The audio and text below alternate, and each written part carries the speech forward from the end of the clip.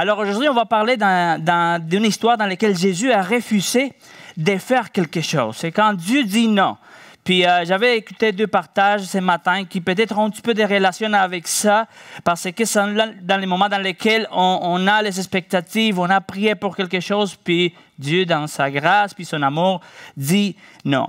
Alors des fois, c'est vraiment facile de dire non. Et s'il te plaît, ne me batte pas. S'il te plaît, ne prends pas mes choses. Non, je ne veux pas être mis à la porte. C'est facile.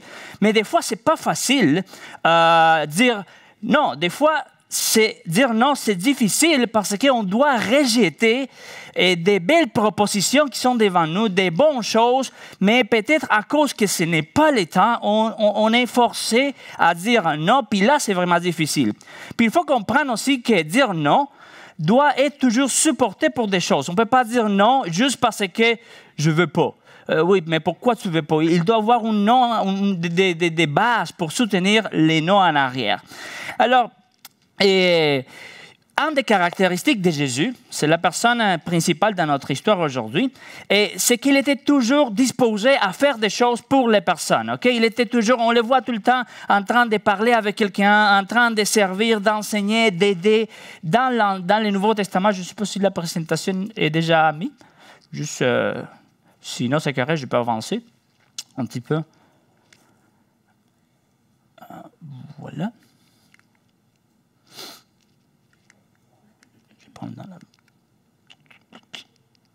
OK. On voit dans le Nouveau Testament à Jésus en train de chercher Zachée dans un arbre dans les moments qu'il avait besoin de lui. On voit aussi à Jésus en train de se rencontrer avec Bartimée, c'était quelqu'un rejeté pour la société à cause de son maladie. On le voit aussi en allant se retrouver avec la femme samaritaine, dans une puits solitaire. On connaît l'histoire, on sait pourquoi elle était à cette heure-là. Elle ne voulait pas être jugée pour les autres femmes. Alors, et on voit toujours qu'il est là en train de faire des choses, disposé à faire des choses. Mais dans le Nouveau Testament, on le voit aussi en refusant, puis en disant non à certaines choses, puis quand ça arrive, là, on doit faire attention parce que ce n'est pas normal que lui, il rejette de faire des choses ou de dire des choses. Par exemple, on les voit dans le Nouveau Testament aussi, en train de... voilà. Et il a refusé de porter une couronne, il a refusé de coacher quelqu'un, il a refusé d'aller dans une maison, il a refusé de dire une prière, puis il a refusé de boire une boisson. Puis chaque histoire, dans son moment, il va montrer pourquoi il a refusé de dire non, pourquoi il a refusé de prendre une boisson, d'aller dans une maison. Puis aujourd'hui, nous allons seulement nous concentrer et tirer quelques leçons pour notre vie à partir de l'histoire dans laquelle Jésus a refusé de visiter une maison. Et parce qu'aujourd'hui, Dieu dit encore non. C'est important pour nous de... Maintenant, on va prier puis de demander à Dieu de clarifier certaines choses dans notre cœur, dans notre esprit, dans notre compréhension par rapport à cette fait-là, parce que encore il dit non. Mais comme je dis tout le temps, j'avais dit tout le temps à la congrégation dans laquelle j'ai eu l'opportunité de servir, les noms de Dieu sont pour protection, pas pour punition. C'est le principe de les 5 P. Pour protection, pas pour punition. Alors, avant de rentrer dans l'histoire, j'aimerais juste prier, demander à Dieu de nous parler, puis laisser ce temps dans la main de Dieu. Seigneur, quelle grâce que nous avons, premièrement, d'être ici d'une manière physique, de pouvoir nous rencontrer. C'est un privilège, Seigneur, pour lequel personne en mort dans l'histoire. Pour se rassembler, Seigneur. Quel privilège que tu nous donnes de pouvoir célébrer ensemble, chanter, écouter les autres frères, écouter ta parole. C'est pour ça qu'on vient ici, Seigneur. Donc, s'il te plaît, tu connais chaque cœur, tu connais chaque vie, tu connais chaque lutte de chaque personne ici dans la salle. Il n'y a pas rien caché pour toi, il n'y a pas rien inconnu. Donc, parle à chaque personne d'une manière personnelle, Seigneur. Tu connais la vie de chaque personne. Esprit Saint, bouge-toi dans chaque cœur, dans chaque esprit aussi des personnes ici dans la salle. Puis, Seigneur, reçois ta voix, pas la mienne, que les gens reçoivent. Et éloigne toutes sortes de pensées qui vont venir pour essayer d'empêcher que ta voix soit écoutée dans la vie de chaque personne. Au nom de Jésus, on prie. Amen. Alors, on va lire, s'il te plaît, dans Jean 4, et accompagnez-moi accompagnez-moi avec votre Bible. Quelque chose que j'aime vraiment de cette église, c'est que je vois beaucoup de monde avec la Bible. Puis je ne suis pas contre la technologie. Tu peux allumer ta Bible aussi si tu l'as dans une manière numérique, c'est correct. Mais j'aime écouter les faits qui passent, qui viennent. Je sais que les gens savent quand on dit « OK, on va chercher dans Amos ». Il sait où est Amos.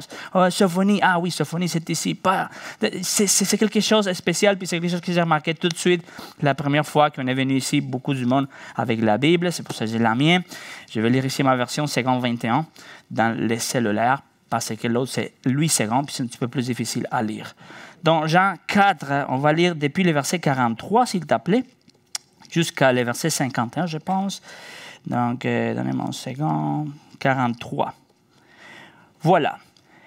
Dit la parole de Dieu. Après ces 2 jours, Jésus partait de là pour se rendre en Galilée, car il avait déclaré lui-même qu'un prophète n'est pas honoré dans sa propre patrie. Lorsqu'il arrivait en Galilée, il fut bien accueilli par les Galiléens, qui avaient vu tout ce qu'il avait fait à Jérusalem pendant la fête. En effet, eux aussi étaient allés à la fête. Jésus retournait donc à Cana, en Galilée, où il avait changé l'eau en vin. Il habitait à Capernaum, un officier du roi, dont les fils étaient malades. Quand il apprit que Jésus était venu de Judée en Galilée, il allait les retrouver et les pria de descendre guérir son fils, car il était sur le point de mourir. Jésus lui dit, « Si vous ne voyez pas des signes et des prodiges, vous ne croirez donc pas? » L'officiel du roi lui dit, « Seigneur, descends avant que mon enfant ne meure. »« Vas-y, lui dit Jésus, ton fils vit. » Cet homme crut à la parole que Jésus lui avait dit et s'en alla. Alors on arrête là, puis on va rentrer un petit peu plus dans l'histoire. Jésus venait d'avoir passé 2 jours à Samarie, d'avoir transformé la vie de la femme samaritaine, la première femme qui a écouté de sa bouche qu'il était le Messie. Alors c'est intéressant ça parce que quand on voit dans le Nouveau Testament, on voit Jésus en donnant un trait vraiment spécial aux femmes. Donc quand quelqu'un te dit la Bible, c'est un livre ancien qui méprise les femmes, probablement c'est quelqu'un qui n'a pas lu la Bible au complet puis qui a écouté ça puis a juste répété l'information. Mais on voit que Jésus a toujours donné la place principale, une place importante aux femmes dans sa vie. Et maintenant, Jean va enregistrer le départ de Cana à l'endroit où Jésus fait son premier miracle, l'eau convertie en vin. On connaît l'histoire. Et quelque chose que les commentateurs remarquent, c'est comment Jean, dirigé par l'Esprit Saint, va connecter les 2 miracles, celle des noces avec celle de la guérison. Le premier miracle, c'était un foyer dans la joie. Bien sûr, il célébrait les noces là-bas, puis tout le monde était content. Puis l'autre était un foyer où il y avait la peine, il y avait la douleur à cause de la maladie d'un enfant qui était proche à mourir. Dans les premières, il a amené la joie. Dans le deuxième foyer, il a enlevé la peine. Donc, on voit une connexion là-bas. Puis, dans ce processus, on voit l'officiel de Capernaum. Il apparaît, puis il était d'une ville de Capernaum qui était à 32 km. Ça va apparaître bientôt. Par la foi. Oui, voilà. 32 km, vous comprendrez pourquoi l'importance des 32 km après. Après, 32 km de Galilée. Alors, il était un officiel du roi, quelqu'un avec pouvoir, quelqu'un avec des contacts, quelqu'un avec autorité, quelqu'un avec l'argent, économiquement vraiment correct. C'est clair comment les services secrets aujourd'hui pour les premiers ministres, pour les présidents. Bon, voilà, c'était cette sorte de personne. Et à travers de cette histoire, on va voir la progression de la foi de cet homme-là. Quelque chose si mineur est devenu quelque chose si grand, quelque chose si faible est devenu quelque chose si fort. Puis dans les versets 43-45 aussi, on va voir Jésus devant l'incrédulité de cet homme-là. Après 46-49, Jésus confrontant l'incrédulité, puis finalement Jésus conquérant l'incrédulité. Alors, notre premier point de ce matin, le début de la foi. Le début de la foi. les mêmes choses qu'on a vues là, la confrontation, Jésus devant l'incrédulité, c'est les mêmes étapes qu'on a traversées pour connaître Jésus en tant que sauveur. Alors, notre premier point, c'est le début de la foi, le verset 44. On l'a lu déjà. Il dit que cet homme était à la recherche du guérisseur, du faiseur de miracles. Il ne cherchait pas le Messie. Il ne cherchait pas la personne qui venait le libérer de tous les Romains, puis les pouvoirs, etc. Sûrement, il avait entendu de ce qu'il avait fait avant, parce que sinon, pourquoi il était cherché le guérisseur? Et sa situation était désespérante. Son enfant était à la porte de la mort. Ce n'est pas quelque chose de plaisant. Et au milieu de sa difficulté, il a pensé que la seule solution possible était dans la main de Jésus. Il faut que je retrouve Jésus puis je l'amène chez nous pour qu'il guérisse mon enfant. Donc, il était allé avec une foi si faible, mais suffisante pour que Dieu se manifeste dans sa vie. Dans le verset 47, on a lu qu'il a rogué. OK? Jésus, viens avec moi. Il a oublié tous ses titres. Là, il a oublié toutes ses positions, tous ses comptants. L'argent qu'il avait n'était pas assez pour trouver une solution. Puis ça nous montre, Église de Charlesbourg, que toutes les personnes avec pouvoir, toutes les personnes avec autorité par-dessus toi ont toujours un point de rupture. Un point de rupture dans lequel va être important que nous soyons là pour essayer de les connecter avec Jésus, le Messie, avec Jésus, le guérisseur, avec la personne qui peut les sauver. Peu importe l'argent, peu importe les comptes, l'autorité, peu importe la manière qu'il te traite, on a tout le temps quelqu'un avec plus de pouvoir que nous, par-dessus nous. Puis des fois, on se dit, ah, mais c'est méchant, les propriétaires de ton loyer, ton coach, ton boss, des personnes qui paraissent que jamais vont être brisées. On voit dans la Bible que Jésus prend soin aussi de ces gens-là, puis il va permettre qu'il arrive à un point de rupture. C'est le cas ici. On ne connaît pas si cet homme était fier, si cet homme était un bon homme. On sait qu'il était brisé dans ce moment-là. Et pour ça qu'on va voir, Dieu n'est pas à la recherche des hommes avec une grande foi dans leur vie pour agir. La Bible nous montre que tout ce qui est nécessaire, c'est juste un peu de foi. C'est ça. On voit que c'est toujours le point de départ. On le voit avec les disciples. Mettons la progression de Pierre dans tout le Nouveau Testament. On le voit ici, comment ça a commencé avec une foi qu'on va voir quelques caractéristiques tout de suite. Alors, puis c'est une erreur très commune, penser que la foi, c'est quelque chose réservé pour un groupe de personnes, pour les pasteurs, pour les diacres, pour les anciens, pour les missionnaires. Ils sont des personnes des fois, pour une grand-maman, un grand-papa. Pour eux, c'est correct. Dieu les a donné une foi différente. Non, c'est pour tout le monde, la foi, dans le sens de croire que Dieu peut faire quelque chose.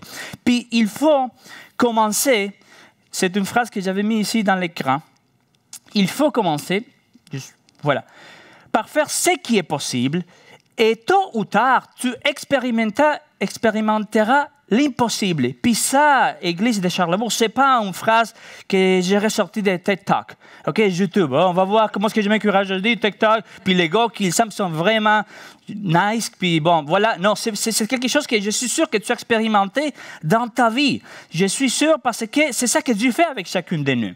Alors, pour continuer, regarde juste pour un instant, pense juste pour un instant dans la femme qui a touché les habits de Jésus. Okay? C'est une foi pareille à l'officier qu'on est en train de voir. Sa foi, en première place, était une foi mystique.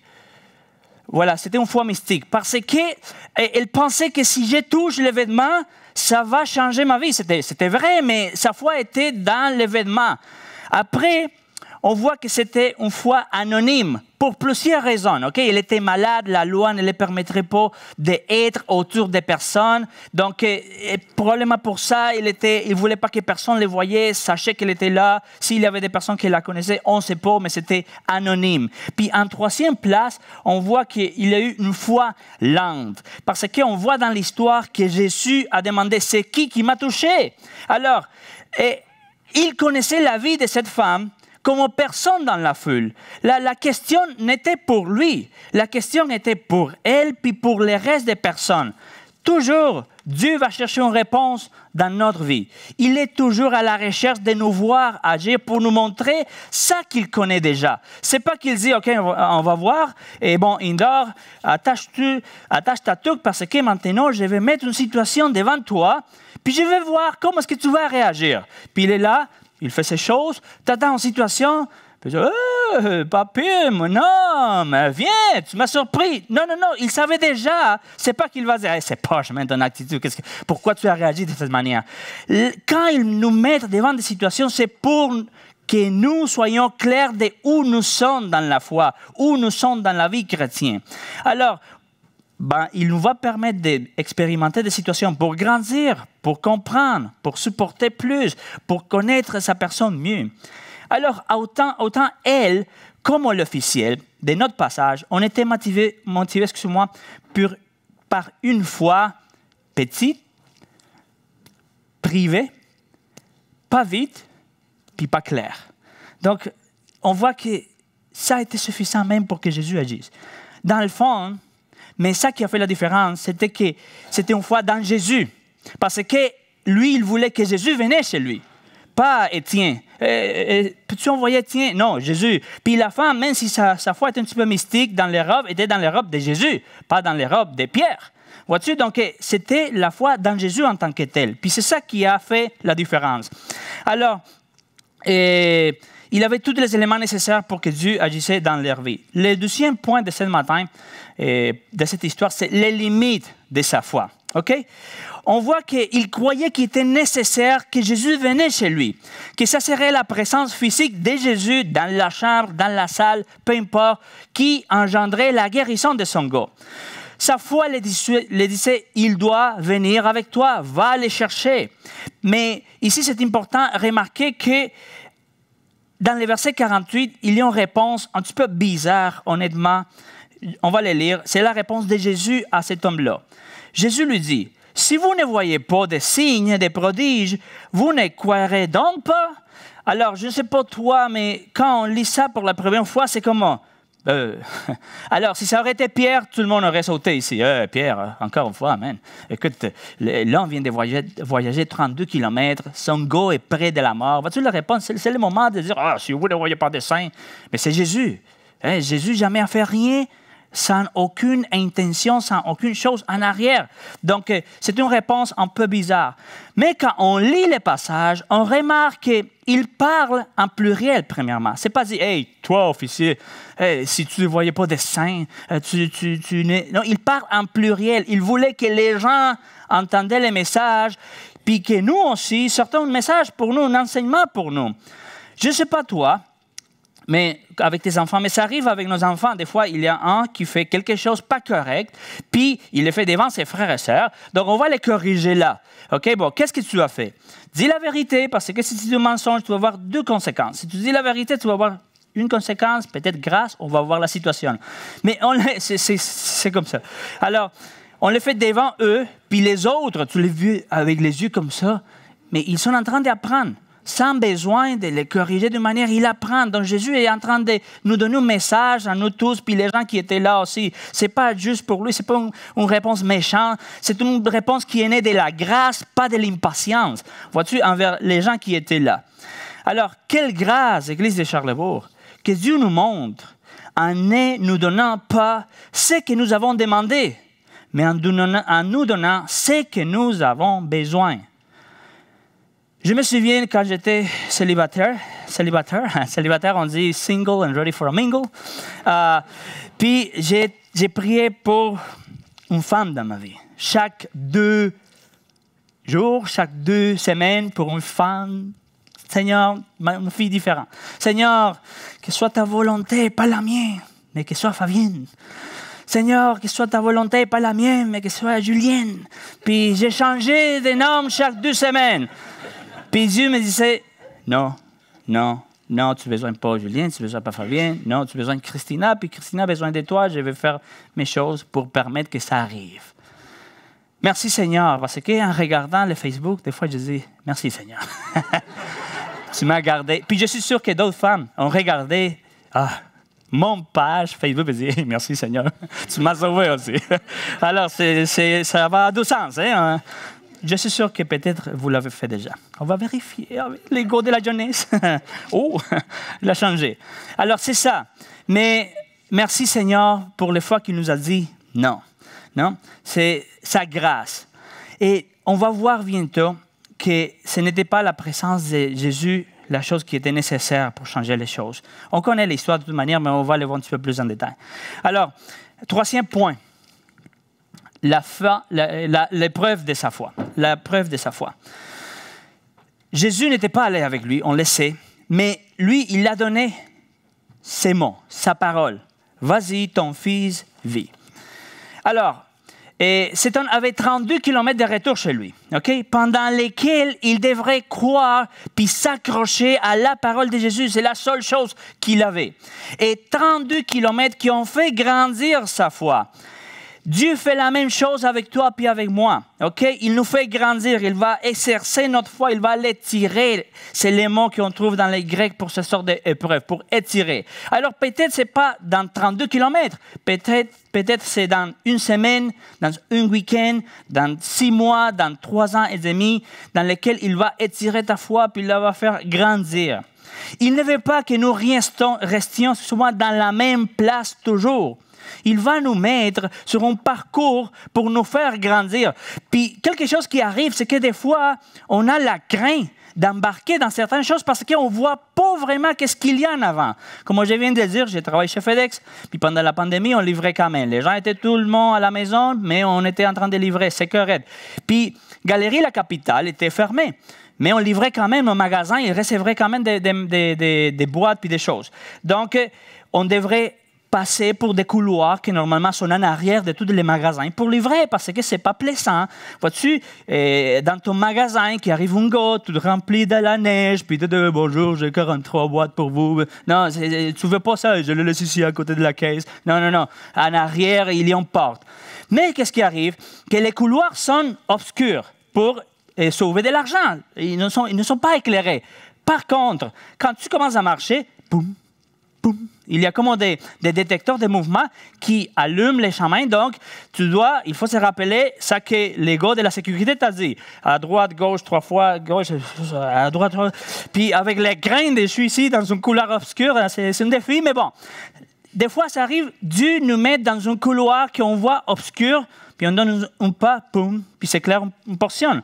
C'est ça que Proverbe 4, 16 dit aussi, que ça va comme en montant l'illumination de la volonté de Dieu dans notre vie. C'est peut-être la version charlétienne qui dit ça comme ça. Je ne me souviens pas nécessairement les mots en français. C'est un défi, mais bon, voilà, c'est ça, c'est progressif. Puis c'est ça qui représente un défi parce qu'on aime savoir qu'est-ce qui va arriver. On aime savoir qu'est-ce qui va arriver.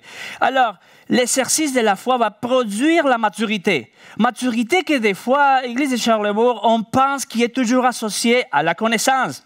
Pas vrai. À l'âge. Pas vrai. À l'expérience. Pas vrai. La maturité, c'est quelque chose connecté directement à la volonté de Dieu appliquée dans ma vie. Puis là, on va voir des choses arriver. Si la foi, comme je crois, est quelque chose de vivant, elle doit grandir. Parce que sinon, comme toutes les choses vivantes, elle va mourir dans quelques points. Toi et moi avons besoin des défis, des fois. Nous avons besoin des choses plus grandes que nous autour, plus grandes que notre zone de confort. Vois-tu que notre petite, cozy zone de confort pour grandir. Puis c'est justement pour ça que des fois, on se sent inconfortable. Si j'aurais fait juste les choses avec lesquelles je me sentais à l'aise, capable, prêt à faire, j'aurais fait si peu pour le Seigneur. Puis des fois, on n'embarque pas dans des choses parce qu'on dit « Ah, je ne suis pas capable. » Amen. Tu es la personne. Dieu va les faire à travers de toi. Comme ça, tu ne seras pas à la fin. Ah, je savais ça depuis le début. Dieu m'avait appelé. Non. Dieu t'a transformé dans les chemins. Vois-tu, c'est ça quelque chose de spécial. Puis, ce n'est pas par hasard que des fois, les choses que Dieu nous demande sont complètement contraires à notre nature. OK?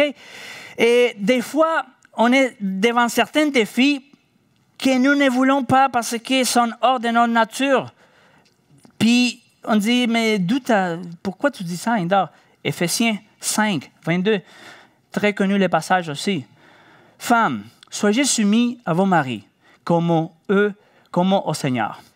Alors, il dit ici, femmes, soyez soumis. Il ne dit pas, femmes, aimez votre mari. C'est plus naturel pour une femme, aimer un homme. Les femmes sont saintes. Dieu vous a construit d'une manière différente. Il y a plus de sentiments. C'est plus facile d'aimer que de se soumettre. Mais ce n'est pas juste pour les femmes qu'il y a des instructions non naturelles. C'est pour les hommes aussi. Marie, aimez vos femmes comme Christ a aimé l'Église et s'est livré lui-même pour elle. Dis, aimez. Ne dis pas contrôle. Ne dis pas étouffe. Ne dis pas encadre. Ne dis pas dirige, lead. Ça, c'est plus naturel pour les hommes qu'aimer. Puis ça ne finit pas là-bas parce que ça dit aussi pour les enfants quelque chose qu'ils aiment. Enfants, obéissez à vos parents selon le Seigneur car cela est juste. Oui, jamais un de mes enfants s'est réveillé au matin.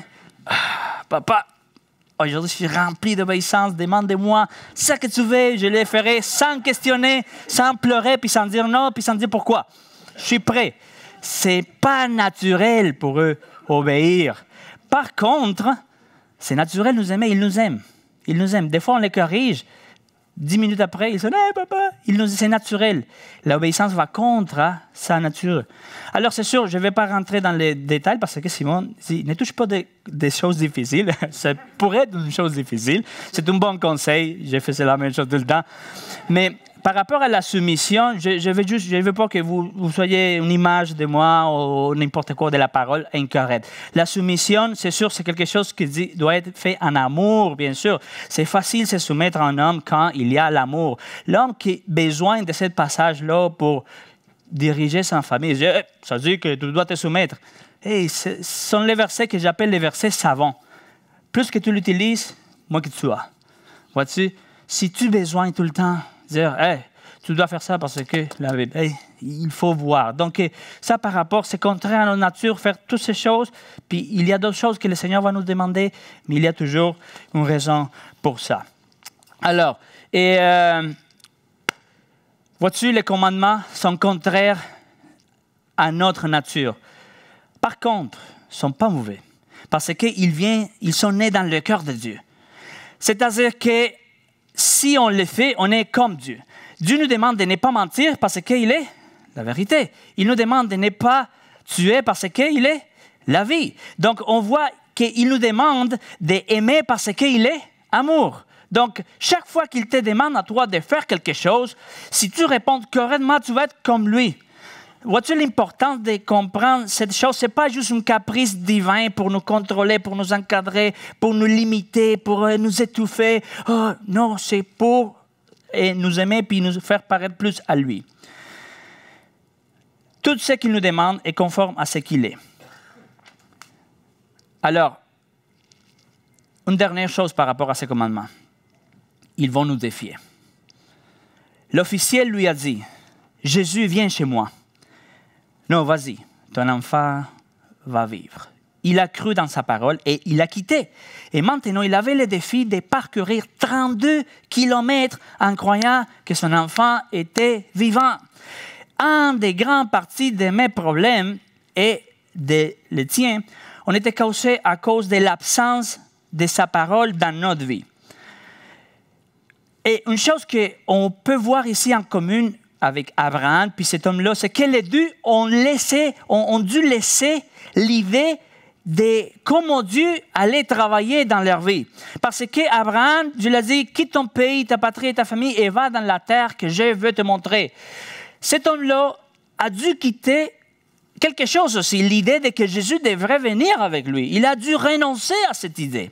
Alors, plusieurs fois dans notre vie, on ne peut pas voir Dieu agir parce qu'on encadre la manière dans laquelle Dieu va agir avec nous. Non, il va sauver ma fille comme on l'a fait avec la fille de la famille telle. Oh, il va m'aider dans mon mariage tel comme on l'a fait avec les mariages de tel. Puis on sait, puis non, l'homme ou la femme qui va venir à ma vie va venir de telle manière. Si j'étais à l'Institut biblique, c'est là parce que l'autre aussi on trouvait. Puis c'est comme on encadre Dieu, puis il doit agir de cette manière. Mais on doit laisser des fois notre manière de penser de comment il va agir. Puis là, on va voir sa main agir dans notre vie. L'obéissance, l'Église de Charlebourg, c'est une réponse à des choses qu'il nous demande. Puis j'avais mis une phrase ici. Ce n'est pas plus inspiré que les autres 80 000 phrases par rapport à la foi, okay? Mais c'est une phrase que je trouve pertinente pour le message. Il dit, la foi, c'est de faire ce que Dieu nous demande, de faire, même si on dirait que ça ne fonctionnerait pas. Ah, ça ne fonctionnerait pas. Fais-le. Seulement si c'est Dieu qui te le demande. C'est ça la clé. Hein? Ce n'est pas ton cœur qui te demande de faire « Ah, mais ça ne marcherait pas. Hein? Je n'ai pas rien contre Mme Céline Dion. » Il dit « Écoutez ton cœur. » Non, écoutez Dieu. Écoutez Dieu. Fais ça que Dieu est en train de te dire si ça ne marche pas, mais si c'est lui, ça va marcher. Questionne. Qu'est-ce que Dieu est en train de te demander, okay, de faire qui a l'air que ça ne marcherait pas? Est-ce qu'il y a quelque chose dans ta vie actuellement que ça n'a pas l'air qui marcherait, mais c'est Dieu qui te demande de faire? Seulement, tu peux le savoir. Quatrième, la paix de la foi, on s'approche à la fin. Oui, la paix de la foi. Dans le verset 52, il y a quelque chose d'intéressant. Puis c'est la question que l'on pose quand il arrive. On va lire 52. Une fois qu'il est arrivé, il leur demandait à quelle heure il était allé mieux et ils lui dirent, c'est hier à 1h de l'après-midi que la fièvre l'a quitté. Alors ici, il y a quelque chose d'intéressant. Hier, pas aujourd'hui, hier. On a dit à combien de kilomètres était Galilée de Cana? 32, good. 32 kilomètres. Même en chameau, il n'y avait pas d'autres moyens à l'époque, des chameaux, les chameaux chipettes, OK? 4 à 5 km par heure, il allait. On a parlé que ce monsieur-là était quelqu'un avec l'argent, donc probablement il avait les plus performances, hybride. avec les bas courts, oreilles plus performantes, sourcils de LED, il allait plus vite. Les chameaux plus vite, 18 km par heure. Donc soit les chipettes dans les performances, OK? Il était capable d'être entré 2 à 6 heures chez lui. Puis, selon la version, puis selon les théologiens en arrière, il a parlé avec Jésus environ à 1h de l'après-midi. Donc, il avait l'opportunité de retourner, puis arriver le soir, dépendant de la situation, puis être là. Mais on ne sait pas pourquoi, la Bible ne dit pas pourquoi on ne rentrerait pas à essayer de voir des choses que la Bible ne dit pas, mais il n'a pas quitté tout de suite. Ça qu'on sait, c'est qu'il a reposé dans les paroles que Jésus les avait dites tout de suite. Il a reposé, il a cru dans les versions, les paroles que Jésus les avait dit. Vas-y, ton fils vit. Alors, c'est ça la paix, puis l'espoir que Romains 15 nous parle quand on met la foi dans Jésus. Puis là, on s'approche à l'histoire, à la fin de l'histoire, puis juste essaye de t'imaginer pour un instant les moments. OK? J'aime imaginer certaines choses quand on lit des histoires. Sur le retour chez lui, 32 kilomètres, OK? Toutes les pensées qui ont pu arriver à son esprit dans les chemins. Puis, la seule manière qu'il a pu peut-être rejeter puis bloquer les sortes de pensées négatives par rapport à la vie de son enfant, on était rejeté à partir juste des mots que Jésus les avait donnés. Vas-y, ton fils vit. Voici. Puis qu'est-ce que si j'arrive, puis il est mort? Vas-y, ton fils vit. Et si j'arrive, puis il est déjà enterré, voici, ton fils vive. 32 kilomètres des questions que probablement, moi, je l'aurais pensé. Qu'est-ce qui arrive? Puis si alors, regarde le moment. Imagine-toi les battements de cœur en regardant sa maison à la distance. Vois-tu, il n'y a pas personne où il est mort. Non, voici ton fils vive. Oh, il y a plusieurs mondes. Oh, il est mort. Voici, ton enfant vit. La seule chose qu'il a eue pour s'accrocher, c'était la parole de Jésus. Vois-tu? Et c'est ça l'exercice de la foi. On ne comprend pas, on ne voit pas rien, on n'est pas sûr de rien, mais on s'accroche aux paroles qu'on connaît de Jésus. Puis on voit les fruits, c'est le dernier point. Les fruits de la foi. Toute sa maison a cru. Verset 53. Le Père reconnut que c'était à cette heure-là que Jésus lui avait dit, ton fils vit. Alors, il crut, lui et toute sa famille. Jésus fit ces deux signes miraculeux après être revenu de Judée en Galilée. Puis là, le passage finit.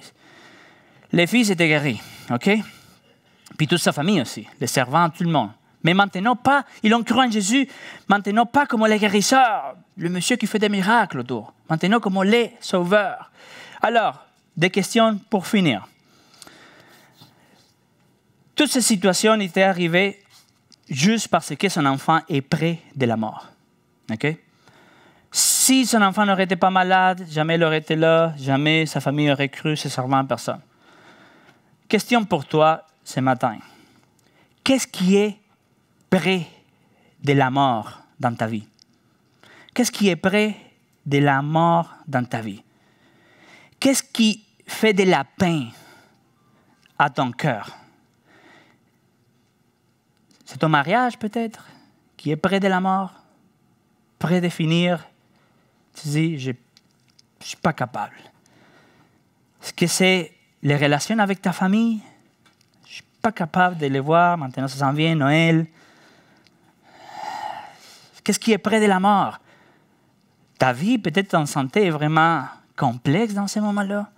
Est-ce que tu es là? Tes énergies, tu dis, je n'ai pas plus d'énergie pour faire ça qui est correct. Tes ministères, peut-être ce ministère puis est près de la mort. Qu'est-ce qui est près de la mort dans ta vie ce matin? Croyez dans lui. Croyez dans l'Éternel, dans le grand je suis. C'est lui qui nous dit, je peux. Non, mais tu ne comprends pas, Indor, j'ai très peu de feu. Lui aussi, la femme aussi. Tout ça qui était nécessaire, c'était un peu de fait, des fois, même pas parfait, même pas complet, un peu des fois. Il est prêt à prendre la petite goutte de foi qui reste dans toi et tout transformer. Puis pour finir, je vais te dire que je ne prêche pas ce message depuis la loge des spectateurs. OK? Oh, regarde, Dieu l'a dit non à telle famille. Oh, regarde, dit non à telle madame. Non, il m'a dit non aussi. Dans l'année dernière, dans l'année passée, 2020, notre Église a vécu une grosse situation, une grosse tempête pendant 5 mois à peu près. Pendant 5 mois, j'ai prié à Dieu. Moi et d'autres personnes qui sont parmi vous. On a prié, Seigneur, aidez-nous à bien sortir de cette situation. Seigneur, aidez-nous à gagner pour les deux manières. OK? Puis Dieu a dit, non, c'est fini, c'est fini. Il a dit non. J'ai dû quitter le ministère à l'époque. Puis ce n'est pas quelque chose dans le passé. Vendredi passé aussi, il y a quelque chose que j'ai pris, ça fait des mois, et en relation à mon travail. Tous les jours, j'ai pris la même chose avant d'aller à mon travail. Puis vendredi, Dieu a dit, non, pas aujourd'hui. Alors, il dit non des fois. Mais souviens-toi, pour protection, pas pour punition. Que Dieu bénisse sa parole.